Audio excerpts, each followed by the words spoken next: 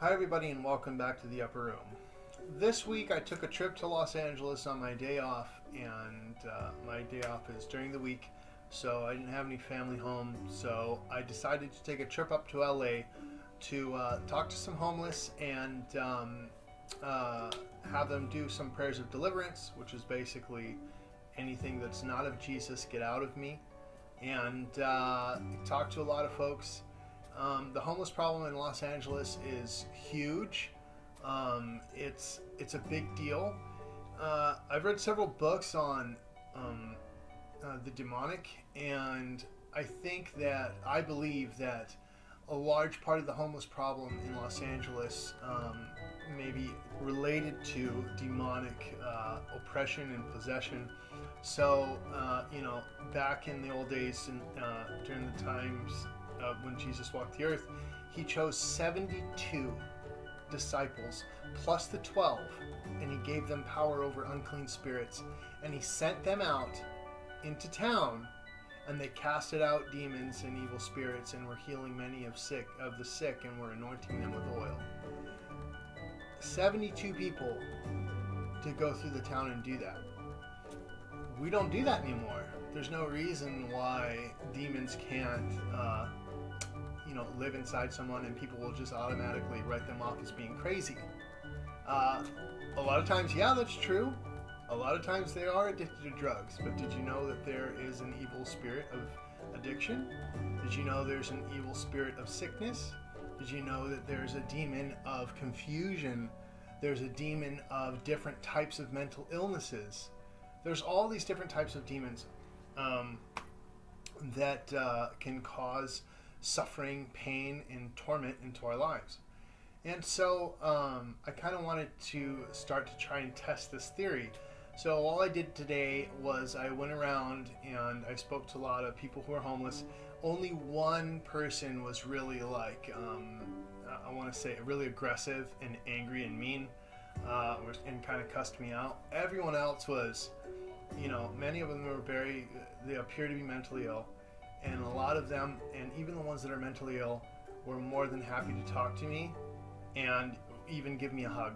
So, and there was many others who I spoke with that were very kind and welcoming, and no matter what their experiences or what they're dealing with in their lives, they were willing to talk to me. So, I recommend that we start not being scared of the homeless and try to recognize that they are also made in the image of God. And I truly believe that there's something very spiritually wrong with our homeless community in Los Angeles. It's the city of angels, and we should make it be the city of angels. Lots of people, by their own choices and decisions, are at where they're at and that's why they're homeless. But what helped make them choose that decision? Temptations and all these other things, they don't just come out of nowhere. We just don't think of them. Okay, there's a demonic influence that causes us to be tempted, that causes us to want to desire things, whether it be lust or any type of substance or anything like that's bad for us, and we know better that it's not good for us. Those are types of demonic influences, and they do it to make you make the decision to step over the line. Maybe they chose to step over the line because of that, because it influenced them in such a way so that they can use them as a source of life. They could use them. So I think that a lot of our homeless problem, the root issue is a spiritual problem with people who are homeless. And I do truly believe that if they were delivered, if there were our bishops and our priests could, maybe once a year go through the streets of Los Angeles and just bless everybody with holy water, do prayers of deliverance, and anoint the sick with oil. I really believe that, things would change. I think even giving them housing and money and all that stuff isn't solving the root of the issue.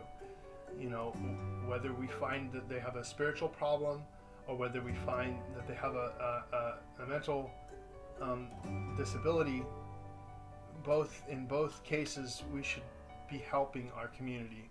as Catholics and people who belong to Christ's Catholic Church.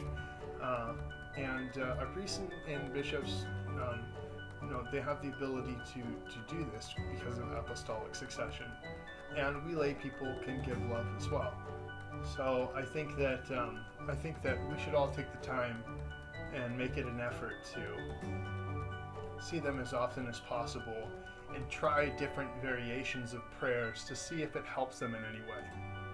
I'm a strong believer in prayer and the power of words, because words are powerful. That's why we have the Eucharist, because God's words are powerful, and the prayers of our priests are powerful because he works in persona Christi. And I think that God hears the prayers of the brokenhearted, and we can help them pray. So thanks again for watching Upper Room. I made a video on my GoPro, but for some reason it didn't record. So I'll see you next week.